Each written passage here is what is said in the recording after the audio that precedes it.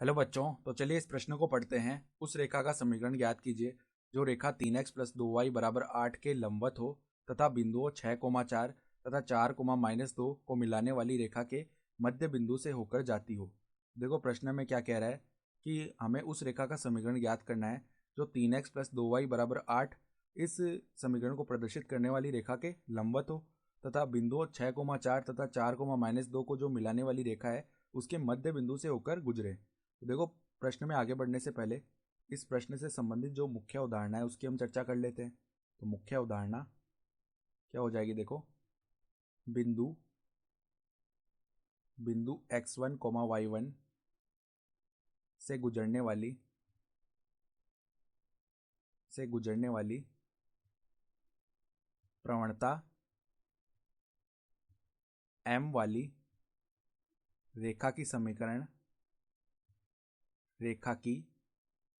समीकरण क्या होती है, यानी वह रेखा जिसकी प्रवणता m हो तथा बिंदु x1 y1 से गुजरे तो उसकी समीकरण होती है y माइनस y1 बराबर में m गुणा x माइनस x1। ये होता है सूत्र। साथ ही साथ हम ये भी जानते हैं कि लंबवत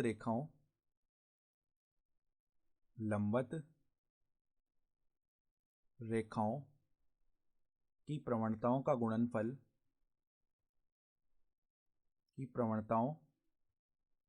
गुणनफल -1 होता है।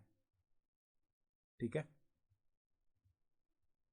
तो अब देखो हमें ये रेखा दी हुई है 3x प्लस 2y बराबर 8 के लंबवत है। जिस रेखा का हमें समीकरण ज्ञात करना है तो उसकी प्रवणता ज्ञात करने के लिए हम क्या करेंगे, पहले इसकी प्रवणता निकाल लेंगे। 3x प्लस 2y बराबर 8 इस रेखा की।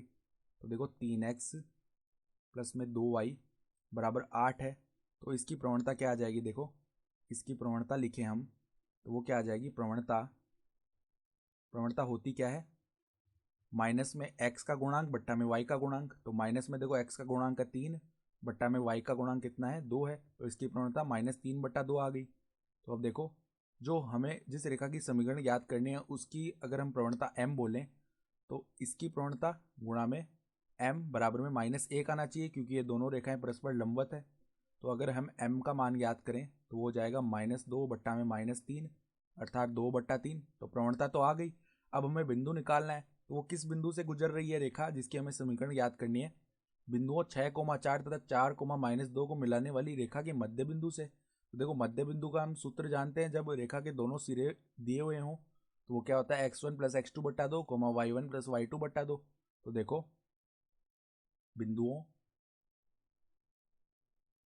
6,4 व 4,-2 को मिलाने वाले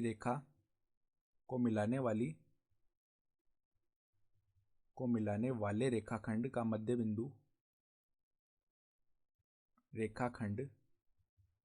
बिंदु क्या हो जाएगा, मध्य बिंदु उसके निर्देशांक आ जाएगा हमारे पास में x1 प्लस x2/2 यानी कि 6 प्लस में 4/2 4 माइनस 2/2 यानी कि ये क्या बन जाएंगे, 6 प्लस 4 10 होता है तो 10/2 5, 4 माइनस 2 2 होता है तो 2/2 1 हो जाएगा। तो वो बिंदु भी आ गया जिससे वह रेखा गुजर रही है 5,1। देखो अभिष्ट रेखा का